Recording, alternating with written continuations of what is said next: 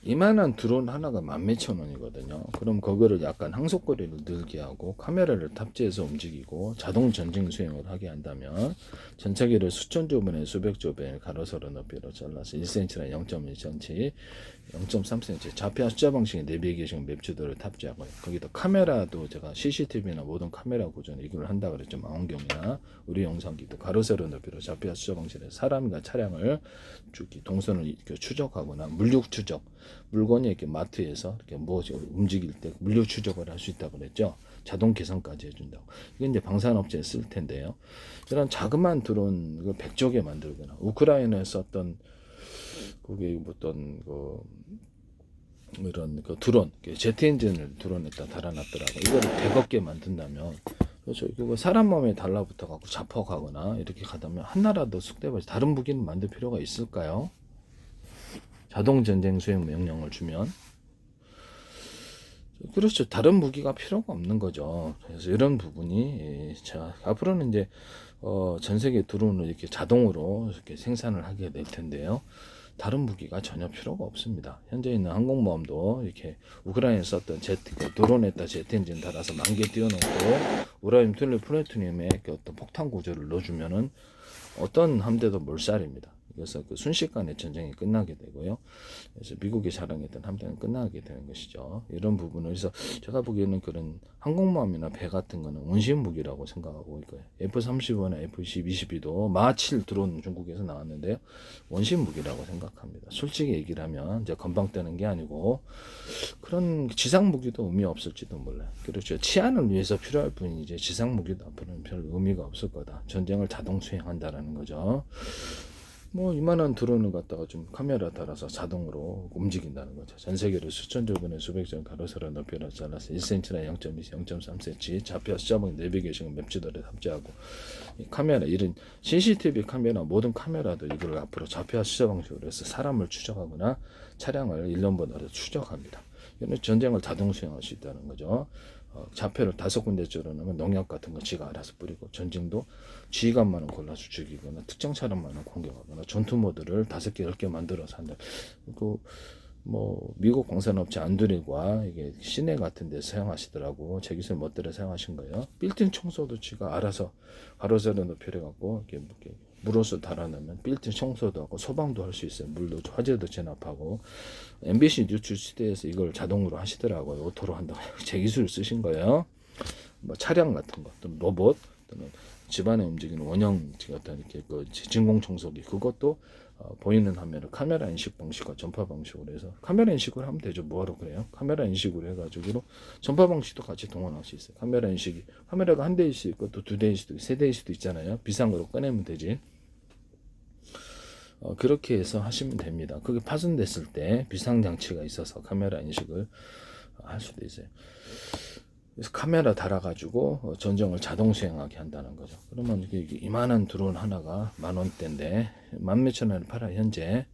그러면 그거를 약간 항속거리를 늘리거나 무기 이렇게 자폭 폭탄을 타려면 한 3만원대면 되지 않겠어요? 3만원이나 그럼 그거 100억 개 만들면 100조 개 만들면 전쟁 자동으로 생산해서 전쟁 끝나는 거죠. 어떤 나라도 이게 사람 몸에 달라붙어서 자폭하면 우라늄, 플루토늄의 본말 구조를 넣거나 다른 폭탄을 넣어 자폭하게 끝나는 거예요. 다른 무기가 전혀 필요가 없어요. 우크라이나에 썼던 이런 드론 무기들, 우크라이나에 썼던 이렇게 드론에다가 제트 엔진 달아서 움직이는 것을 우라늄, 플루토늄 폭탄 구조를 10,000개만 띄우면 항공모함 전멸이에요. 항공모함이라든지 항공모함 편대, 그러면 F-35, F-22도 끝나는 거예요. 마7 드론이 나왔어요 지금. 그래서 마하실의 속도가 점점 좀 좋아질 수도 있다라는 거죠. 이런 부분을 제가 말씀을 드립니다. 그래서 다른 무기도 지상 무기도 앞으로는 의미가 없어요. 얘네들이 전쟁을 자동 수행합니다. 이해가 가시죠? 이게 로봇 같은 거, 차량 같은 것도 제 방식으로 해서 카메라 탑재해서 지가 알아서 자동으로 움직인다는 거죠. 이 기술을 오산시 통합센터에서든 어디서든 카메라 인식 방식에서든 사람이나 차량, 물류까지도 추적할 수 있어요. 물류센터, 편의점 마트에서도 그 물건이 이동, 고객이 몇 개 집었는지 저로 움직이는 계산까지도 해줍니다. 이 기술 쓰시면 제 기술입니다. RFID가 필요가 없어요. 이 카메라 인식 방식으로 해서 그것을 그래서 물류까지도 자동 계산까지도 물류 추적을 하시고 방산업체 이거 다 쓰게 되어 있습니다. 이것을 이제 쓰시면 제 기술이라고 미국 방산업체 안드로이 됐든 드론 만드는 데는 제 기술 다 써야 될 텐데요. 자동으로 움직이니까요. 로봇 만들 때도 이게 제 기술 다 써야 되고요. 반도체 정보 이동 명령, 카메라 만들 때도 디스플레이 장치에도 제 기술 다 써야 됩니다. 안 쓸 수가 없어요. GPS 유도보다 이게 훨씬 낫거든요. 전체 돈 다 내셔야 되는데요. 무단으로 쓰시면 도둑질의 행위가 됩니다. 도둑질해서 제품에다 명시해 놓으시면 안 되시죠. 이런 부분을 나중에 문제가 돼요. 외국 업체에게 기술을 팔았을 때 그때 공무원이 됐든 누가 됐든 여기 형사소송 민사소송이 나는 안 해도 돼요. 그쪽에서 합니다. 이런 부분을 말씀을 드려요. 나중에 문제가 된다는 것을 말씀을 드려요. 제 방송의 특성상 네, 이런 부분 말씀을 드리고요. 뭐 로봇이다. 휴머노이드 로봇이 중국에서도 나오잖아요. 중국 생산력이라는 게 몇 천만 대도 몇억 개. 만약에 휴머노이드 로봇이 100억 개가 나왔다고 합시다. 그리고 인류를 대체할 수준 아닙니까? 이런 부분을 말씀드립니다. 사회에다가 이렇게 100만 개 휴머노이드 로봇이 경찰이다고 합시다. 경찰인데 이렇게 1000만 대 만들어서 치안을 만들거나 우리나라도 엄청나게 자동차 생산하시죠. 해외에서도 생산 구조가 있고 그러면 이런 데가 드론을 자동으로 생산하거나 나는 로봇을 휴머노이드 로봇이나 서비스 로봇을 우리나라가 1억 개를 만들었다고 합시다. 우리나라 인구수보다 훨씬 많잖아요. 그죠? 그걸로 전쟁을 수행할 수도 있고 사실 그것도 필요 없어요. 그것도 왜 그러냐면 드론 가지고 갖다 달라붙어 폭파하면 되는데 뭐하러 그런 걸 필요했겠어요. 이렇게 해서 그대로 치안 경찰로도 만들어 놓을 수도 있습니다. 휴머노이드 로봇 1억 대 만들어 100억 대도 만들 수 있다는 거죠. 뭐 전 세계 생산하면 100억 대 못 만들겠습니까? 인구수보다 전 세계 인구수가 80억이니까 그거보다 훨씬 많죠. 그렇죠? 이론적으로는 100조 개도 만들 수도 있어요. 앞으로는 모든 것이 이렇게 로봇이 전쟁을 자동으로 수행하는데 드론이 역할을 하기. 드론은 날아다닌다는 점, 로봇은 뛰어다녀야 되고 누가 이기겠습니까? 드론이 이기죠. 휴머노이드 로봇 같은 데도 달라붙어 갖고 다 폭파시키면 되는데요.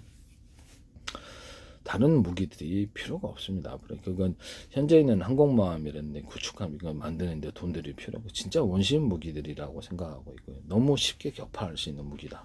그래서 어떤 데는 그렇게 생각하겠죠. 속으로 우리가 쉽게 어떻게 할 수 있는데 굉장히 군사적으로 자랑하네 이렇게 생각할 수도 있고. F-20이나 F-35도 달라붙어서 또는 사람의 숫자가 많아도 드론이 100조 개 만들어 달라붙으면 그렇죠. 전 세계라도 상대할 수 있어요. 이해가 가시죠?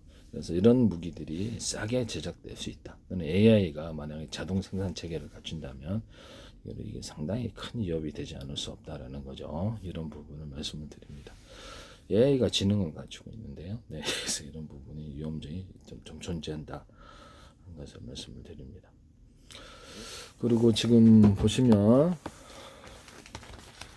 플라이보드라는 기술인데 수직이 착륙이 안 된다고 자꾸 하시는데 저는 엉터 기술을 얘기하는 사람이 아니에요.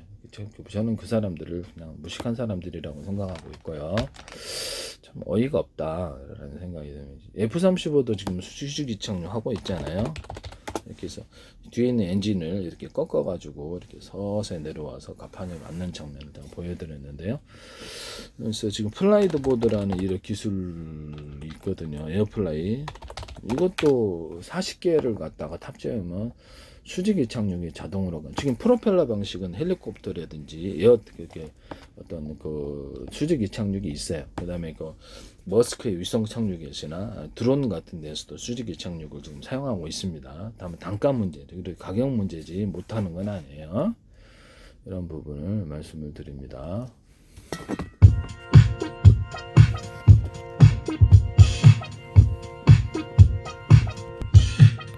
플라이보드 기술인데요. 이렇게 보시면 이렇게 플라이보드 이걸로 대상이야 횡단을 되는데 경주